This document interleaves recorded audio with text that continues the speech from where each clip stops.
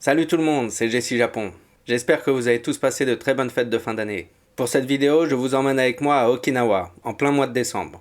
Et vous allez voir que, contre toute attente, Okinawa en hiver, c'est une très bonne idée. Alors, c'est parti! Avant de commencer le voyage, petit point pour bien situer Okinawa. Okinawa, c'est tout au sud du Japon. En réalité, ce n'est pas juste une île, mais un archipel de plusieurs dizaines d'îles, situé entre le Japon et Taïwan. D'ailleurs, Okinawa est beaucoup plus proche de Taïwan que de Tokyo, et ça se ressent énormément dans l'ambiance. Depuis Tokyo, il faut environ 2 heures, 2 heures et demie d'avion pour y aller. Donc, en quelques heures seulement, on passe d'une mégalopole comme Tokyo à une atmosphère totalement différente, presque tropicale. Historiquement, Okinawa n'a pas toujours fait partie du Japon. C'était le royaume des Ryukyu avec sa propre culture, sa langue, ses traditions et ses échanges commerciaux avec toute l'Asie. Ce n'est que plus tard que l'archipel a été rattaché au Japon. Et encore aujourd'hui, Okinawa reste très différente du Japon classique qu'on connaît. La nourriture est différente, la musique est différente, le rythme de vie est plus lent. Et surtout, les habitants sont réputés pour être extrêmement chaleureux et accueillants. Okinawa, c'est un Japon à part. Un Japon qui fait tout de suite penser aux vacances. Pour ce week-end, je suis parti de l'aéroport de Haneda, à Tokyo. Et là, première surprise, le prix du billet d'avion était vraiment très bas. Environ 100 € par personne, aller et retour. Et pour un aller-retour à l'autre bout du Japon, je m'attendais à payer beaucoup plus. Donc au final, première bonne surprise. Pendant le vol, nous sommes passés juste à côté du mont Fuji et c'était magnifique. Une fois atterri à Naha, qui est la capitale d'Okinawa, j'ai pris la direction de l'hôtel. Comme c'était déjà le soir, je suis sorti manger dans un izakaya local, juste à côté de l'hôtel. Et là, premier coup de cœur. C'était excellent, très simple et vraiment authentique. Et pour finir la soirée, impossible de résister à une glace d'Okinawa, le Blue Seal, trouvée dans un combini juste à côté de l'hôtel. Et croyez-moi, ça sera pas la dernière du week-end. Le lendemain, direction le sanctuaire Naminue, un sanctuaire vraiment particulier et magnifique, perché sur une falaise avec juste en dessous une petite plage. C'est un endroit super beau, très calme et très symbolique pour les habitants. Et même avec la pluie, l'ambiance était incroyable.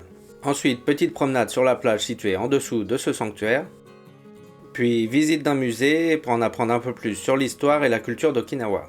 Et à midi, énorme surprise. Je suis allé manger un tonkatsu dans un tout petit restaurant local installé dans la maison d'une famille. C'était très simple mais absolument délicieux. Un de ces repas où tu sens que c'est fait avec le cœur.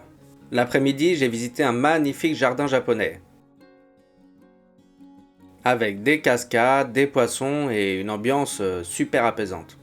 Et là, il pleuvait encore, donc autant vous dire que j'ai fini complètement trempé, malgré le parapluie. Donc retour à l'hôtel pour se reposer un peu et faire sécher les vêtements. Le soir, direction Kokusai-dori, la rue internationale de Nara. C'est la rue la plus animée d'Okinawa. Magasins, bars, restaurants, musique, il y a une ambiance incroyable. Et comme c'était l'heure de dîner, j'ai trouvé un restaurant traditionnel où il y a des spectacles pendant le repas. Danse, musique, chansons, instruments locaux...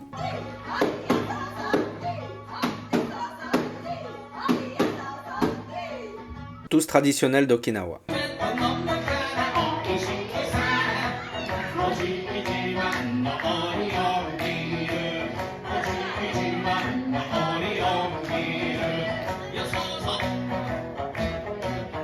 Et c'était vraiment une super expérience. Et j'en ai profité pour goûter les célèbres udon d'Okinawa, qui sont vraiment différents de ceux qu'on trouve ailleurs au Japon. Ainsi que la bière d'Okinawa Orion et plein de petits plats locaux, tous meilleurs les uns que les autres. Après le dîner, petit passage obligatoire au karaoké pendant 1 heure, juste pour du fun. Et bien sûr, encore une glace Blue Seal pour le dessert. Et oui, encore, à ce stade, c'était vraiment devenu une tradition. Le lendemain matin, c'était déjà la fin.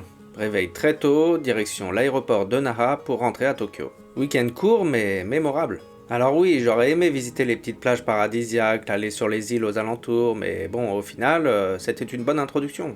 Et même s'il a plu tout le week-end et qu'on était en plein mois de décembre, les températures étaient vraiment très bonnes. Il faisait 24 degrés. Honnêtement, c'était super agréable. Pas étouffant, pas froid, juste parfait. Et surtout, ce qui m'a marqué à Okinawa, ce sont les habitants. Ils sont incroyablement chaleureux, souriants et fiers de leur culture. On sent vraiment qu'ils sont attachés à leur île et à leur identité. Okinawa, ça ne ressemble pas au reste du Japon, ça ressemble surtout à des vacances. Enfin bref, si vous cherchez une destination au Japon qui change complètement d'ambiance, avec une culture différente, une nourriture incroyable, des gens adorables et un climat super agréable même en hiver, Okinawa est clairement une destination à faire au moins une fois.